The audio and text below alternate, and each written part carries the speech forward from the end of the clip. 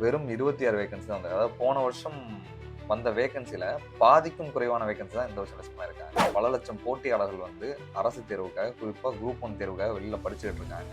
நாங்க உங்கள நம்பி தானே ஓட்டு போட்டோம். ஒரு மாற்றம் வரும். மாற்றம் வந்தா வேகன்சிஸ் இன்க்ரீஸ் ஆகும். அந்த ஆட்சி இருந்தா கூட எங்களுக்கு ஒரு 70, 80 வேகன்சி வந்திருக்கும் போல. யாரை நம்புறதுன்னே தெரியல தாஸ் அண்ணா அப்படின்ற மாதிரியான விஷயங்கள்லாம் திரும்ப திரும்ப பேசிக்கிட்டே இருக்காங்க. வேகன்சி இருந்தால் தானே கவர்மெண்ட் போடுவாங்க. வேகன்சியே இல்லை, இவ்வளோ வேகன்சி தான் இருக்குது, அரசாங்கம் வந்து வச்சுக்கலாம் வந்து பண்ணலாம் அப்படின்னு சொல்லிட்டு புரிதலே இல்லாமல் வந்து கண்டினியூஸாக பேசிக்கிட்டே இருக்காங்க.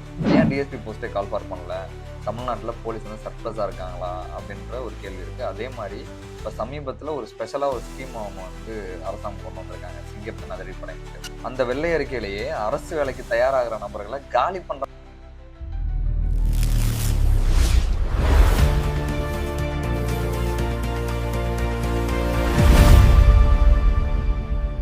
தமிழ்நாடு பப்ளிக் சர்வீஸ் கமிஷனோட குரூப் 1 நோட்டிஃபிகேஷன் வந்திருக்கு. அதில் எத்தனை வேகன்சின்னு பார்த்தீங்கன்னா 26 வேகன்சி தான். போன வருஷம் கிட்டத்தட்ட 70 வேகன்சிஸ் விட்டுருந்தாங்க. அதுக்கு போன வருஷம் 90 அந்த மாதிரியான வேகன்சிஸ் இருந்தது. கடந்த 10 எக்ஸாமில் லோவஸ்ட் வேகன்சி எதுன்னு பார்த்தீங்கன்னா இந்த 26 வேகன்சி தான். போன வருஷம் டிஎம்கே கவர்மெண்ட்டில் 70 வேகன்சி விடும்போது கூட நிறைய விமர்சனங்கள் வந்தது. ஏகப்பட்ட ஆப்பர்ச்சுனிட்டிஸ் இருக்குது, ஏகப்பட்ட வேகன்சிஸ் இருக்குது, ஆனால் வெறும் 70 வேகன்சி தான் நீங்கள் விடுறீங்க, இது எப்படி வந்து நியாயமாக இருக்கும்? கிட்டத்தட்ட பல லட்சம் ஆஸ்பிரன்ஸ், அதாவது பல லட்சம் போட்டியாளர்கள் வந்து அரசு தேர்வுக்காக, குறிப்பாக குரூப் 1 தேர்வுக்காக வெளியில் படிச்சுக்கிட்டு இருக்காங்க. அவங்க எந்த நம்பிக்கையில் வந்து ஃபர்தராக ப்ரிப்பேர் பண்ணுவாங்க?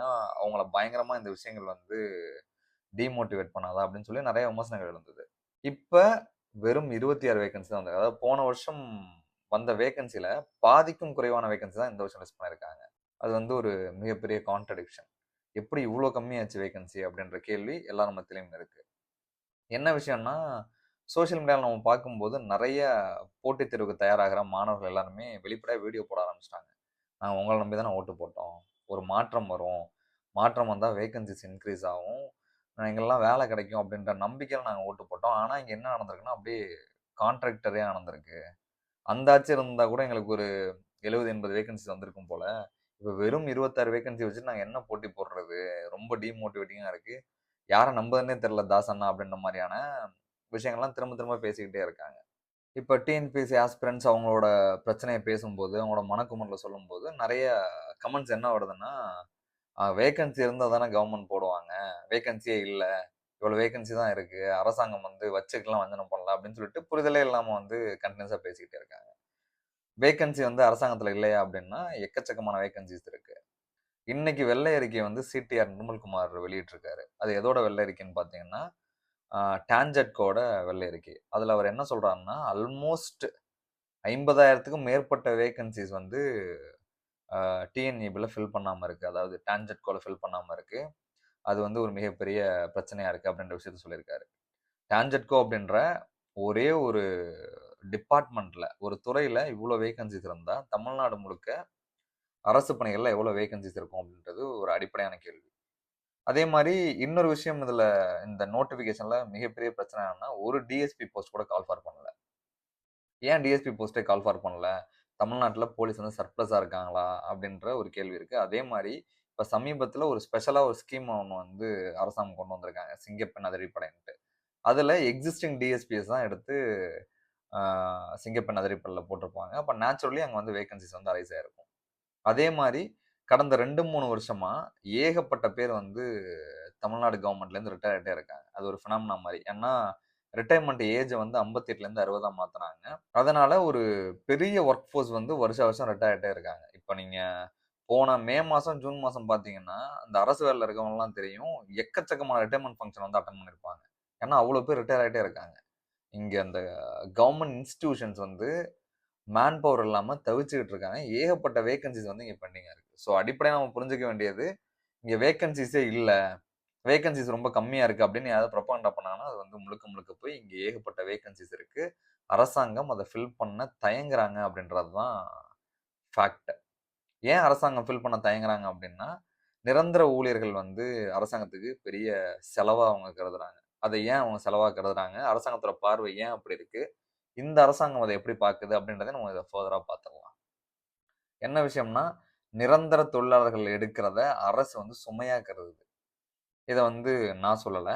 இப்போ சமீபத்தில் டிவிகே கவர்மெண்ட் பதவி ஏற்றதும் அவங்க ஃபர்ஸ்ட் சொன்ன விஷயம் என்னன்னா, கஜானா காலி ஆயிடுச்சு. இங்க வந்து காசே கிடையாது அப்படின்ற விஷயத்த சொன்னாங்க. அப்ப நாம வந்து 2 தரப்பா பிரிஞ்சு அடிச்சிட்டு இருந்தோம். ஐயோ! ஊழல் பண்ணி கஜானாவ வலிச்சு எடுத்துட்டு போயிட்டாங்கன்னு ஒரு தரப்பும், அதெல்லாம் நிதி நிலைமை நல்லா தானே இருக்கு அப்படின்ற ஒரு தரப்பும் சொல்லி பேசிட்டே இருந்தாங்க. அப்ப கஜானா காலி ஒண்ணுமே பண்ண முடியாது அப்படின்னு சொன்ன தரப்பு, இன்னைக்கு அதோட விளைபயனை வந்து அனுபவிச்சுட்டு இருக்காங்க. என்னன்னா, அரசாங்கம் கஜானா காலின்னு சொன்னதோட இன்னொரு அர்த்தம் என்னன்னா, என்னால அரசு பணியாளர்கள், அதாவது கவர்ன்மென்ட் எம்ப்ளாயீஸ இனிமே எடுக்க முடியாது. நான் நெறைய ரெக்ரூட் பண்ண மாட்டேன் அப்படின்ற மெசேஜையும் அவங்க சேர்த்து தான் சொல்லியிருக்காங்க. இன்னைக்கு நிர்மல்குமார் என்ன சொல்றாருன்னா, டான்ஜெட்கோல 20,000 பணியாளர்கள நாங்க அடுத்த வருஷம் எடுப்போம் அப்படின்ற விஷயத்த அவர் சொல்லியிருக்காரு. ஆனா, திரு மரிய வில்சன் அவர்கள் வெளியிட்ட வெள்ளை அறிக்கை அப்படியே அது கான்ட்ராடிக்டரியான, இதுக்கு முரண்பாடான ஒரு ஸ்டேட்மெண்ட்ட சொல்லுது. அவங்க என்ன சொல்லியிருக்காங்கன்னா, தமிழ்நாடு அரசு சம்பாதிக்கிற மொத்த வருவாயில ஆல்மோஸ்ட் 60% மேல இந்த கவர்ன்மென்ட் எம்ப்ளாயீஸ்க்கு சம்பளம் குடுக்குறது, பென்ஷன் குடுக்குறது, அதுவும் இல்லாம இந்த அரசு வாங்கியிருக்க கடனுக்கு பே பண்ணதுலயே போயிடுது. அதாவது அ சம்பாதிக்கிற ஒரு ஒரு ரூபாயிலயும் அத என்ன செலவு பண்ணலாம் அப்படின்னு யோசிக்கிறதுக்கு முன்னாடியே காணாம போயிடுது. பெரிய செலவீனமா இருக்கு அப்படின்றத ஒரு மிகப்பெரிய குற்றச்சாட்டா வெள்ளை அறிக்கையில வச்சிருக்காங்க. இப்ப டிவிகே புடிச்சவங்க, சிஎம் ஜோசப் விஜய புடிச்சவங்கலாம் வெள்ளை அறிக்கைய பயங்கரமா ஆதரிச்சாங்க. ஐயோ! வெள்ளை அறிக்கை இதாயிடுச்சு, அதாயிடுச்சு, தமிழ்நாடு ரொம்ப மோசமா இருக்கு. அந்த வெள்ளை அறிக்கையிலேயே அரசு வேலைக்கு தயாராகிற நபர்கள காலி பண்ற மாரியான ஒரு ஸ்டாட்ஸ வந்து அவங்க குடுத்திருக்காங்க. அது என்ன விஷயம்னா, அத்தியாயம் 5ல பொறுப்பேற்றுக் கொண்ட செலவீனம் அப்படின்னு சொல்லிட்டு தலைப்பு குடுத்திருக்காங்க. அந்த தலைப்பே வந்து வன்முறையான ஒரு தலைப்பு.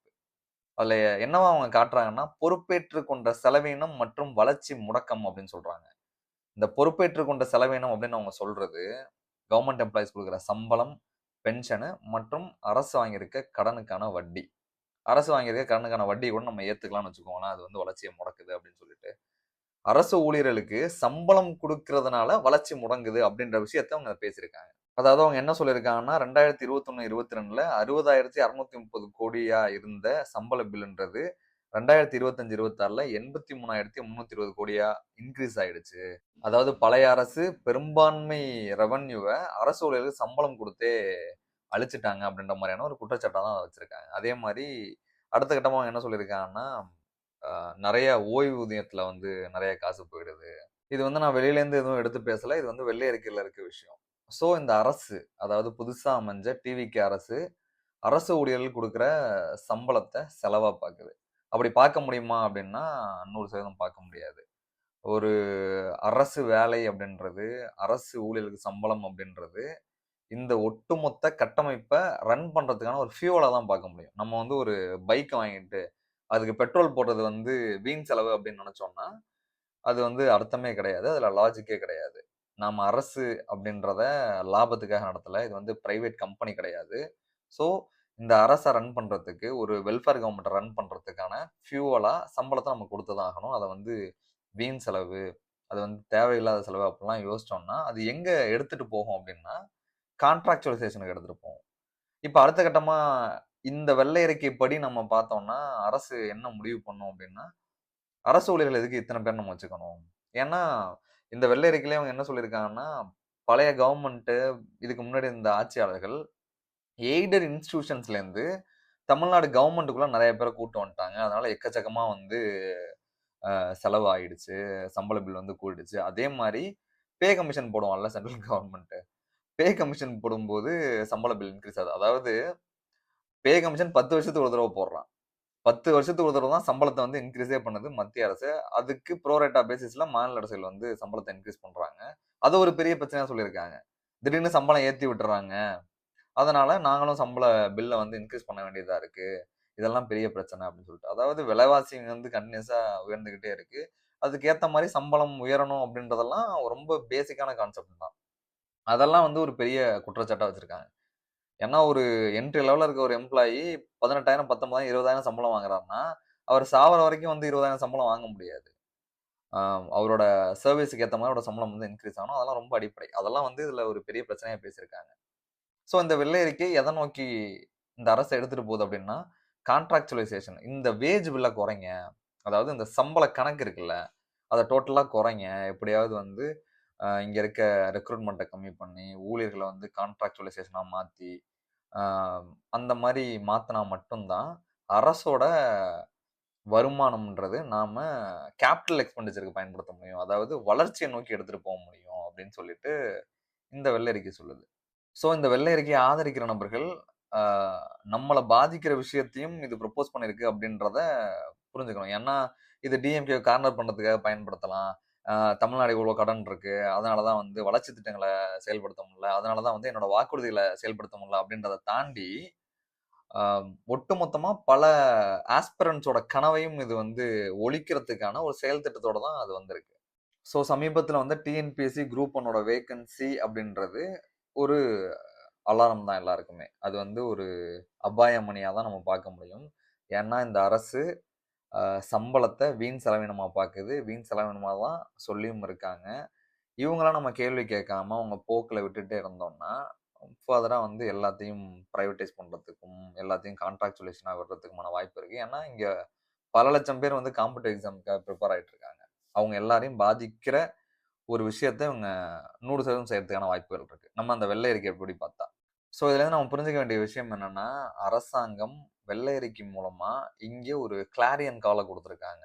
கான்ட்ராக்சுவலைசேஷனுக்கும், பிரைவேடைசேஷனுக்கும் நாங்க ஏன் பிரைவேடைஸ் பண்றோம்? நாங்க பண்றது ஏன் சரி? அப்படின்னு சொல்லிட்டு ஒரு லாக்க வச்சு தான் வந்து அந்த வெள்ளை அறிக்கைய வெளியிட்டிருக்காங்க. அது தெரியாம நெறைய பேர் வந்து அந்த வெள்ளை அறிக்கைய வந்து ஆதரிச்சாங்க. ஸோ நமக்கு புடிச்ச நபர் வந்து ஆட்சியில இருக்காரு. எனக்கு புடிச்ச ஒரு சிஎம் ஆயிட்டாரு. அவர் பண்ற எல்லாத்தையும் நான் ஆதரிக்கணும் அப்படின்னு சொல்லிட்டு ஆதரிக்காம, நியாயமான இடங்கள்ல கேள்வி எழுப்புனா மட்டும் தான், நமக்கு நடக்கிற அநியாயங்கள வந்து தடுத்து நிறுத்த முடியும். கர்டைல் பண்ண முடியும்.